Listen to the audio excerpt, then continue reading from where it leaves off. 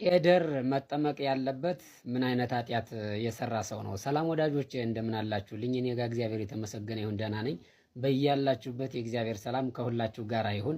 ያው በመግቢያ እንደነገርኳችሁ እንግዲህ ስለ ቄደር ብዙ ነገር ይወራል። ለምሳሌ ጾም ሽር ያለው ሲል አንድ ክርስቲያን ቄደር ተጠመቅ፣ ሌሎች ኃጢአቶችን ሰርቻለሁ ቄደር ተጠመቅ፣ አራስ ቤት ገብቻለሁ ቄደር ተጠመቅ የሚሉ አባቶች ካህናት አሉ፣ አንዳንድ አባቶችና ይሄ ከየት እንዳገኙት አላውቅም። እና ቄደር መጠመቅ ያለበት ምን አይነት ኃጢአት የሰራ እንደሆነ በፍትሐ ነገሥት ፍትህ መንፈሳዊ አንቀጽ 48 ላይ በግልጽ ተደንግጎ ይገኛል ማለት ነው። ይህም ማለት ከማያምን ወንድ ጋር ግንኙነት ያደረገች ክርስቲያን ወይም ደግሞ ከማታምን ከአረማዊት ሴት ጋራ ከሌላ ሃይማኖት ሴት ጋራ ግንኙነት ያደረገ ወንድ እነዚህ ቀጥታ መጽሐፈ ቄደር ተጸልዮ እንዲጠመቁ ያዛል ማለት ነው። ከዚያ ውጭ ግን ጾም ሽር ያለው ላለው ሁሉ ቄደር ተጠመቅ፣ ይሄ አዲስ ልምምድ ምናልባትም አንዳንድ ጊዜ የቢዝነስ መንገድ ሊሆን ይችላል እንጂ ቄደር የሚያስፈልጋቸው እነዚያን ኃጢአቶች የሰሩ ክርስቲያኖች እንደሆኑ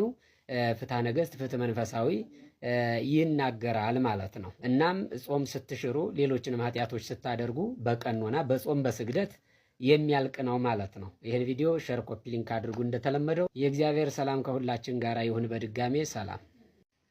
በልማድ እንደ ስህተትና እንደ ኃጢአት የሚቆጠሩ ነገር ግን ኃጢአትም ስህተትም ያልሆኑ አራት ነገሮችን እነግራቸዋለሁ። የመጀመሪያው እንግዲህ አራስ ቤት ገብቻለሁ፣ አረ ቤተ ክርስቲያን መሄድ አልችልም ጸበል ሳልረጭ ማን ያለው? ይህን እንደ ስህተት የምትቆጥሩ ሰዎች ያላችሁ፣ ቤተ ክርስቲያን ይህን ብላ አታውቅም። ሁለተኛው ደግሞ በሃይላንድ ጠበል መቅዳት አይቻልም፣ በጀሪካ ነው። ማን ያለው?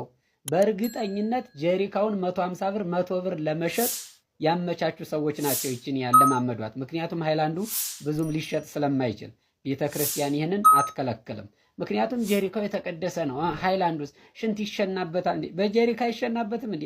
ከቀደስከው ቅዱስ የማይሆን ነገር የለም። ወደ ቤተ መቅደስ ገብቶ ንዋየ ቅድሳት የሚባለው እኮ ገበያ ላይ የሚገዛ ነገር ነው።